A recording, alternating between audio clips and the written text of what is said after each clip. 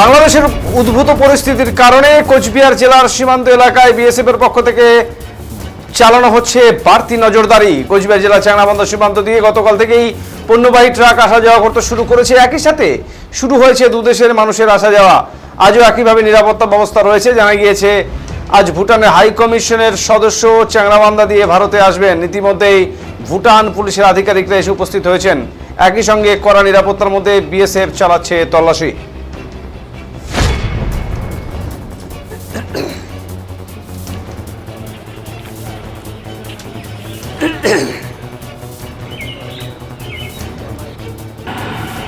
Photo लेना है।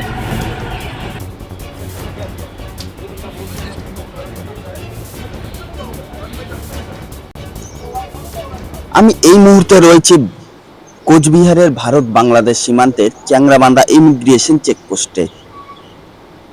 গতকাল থেকেই ডিজিটাল বাংলায় আমরা এই খবর পরিবেশন করছিলাম যে উত্তর বাংলাদেশের কারণে কিন্তু কোচবিহারে যে ভারত বাংলাদেশ সীমান্ত রয়েছে সেখানে হাই অ্যালার্ট জারি করা হয়েছে বিএসএফ এর পক্ষ থেকে।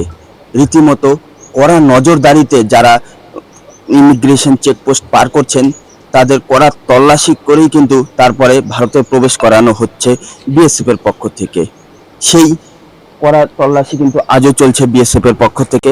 আমরা তুলে ধরব সম্পূর্ণ বিষয়টি।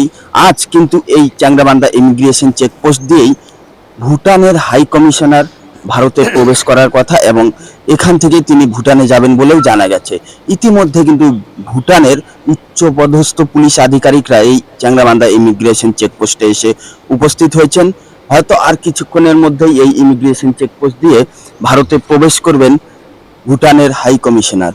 তবে হঠাৎ কেন ভুটানের হাই কমিশনার এই চ্যাংড়াবান্ধা ইমিগ্রেশন চেকপোস্ট দিয়ে ভারতে প্রবেশ এবং ভুটানে যাবেন সেটা নিয়েও কিন্তু থাকছে প্রশ্ন। বাংলাদেশ উত্তাল সে কারণেই নাকি অন্য কোনো কারণ, সেটা জানা যাবে কিছুক্ষণ বাদেই।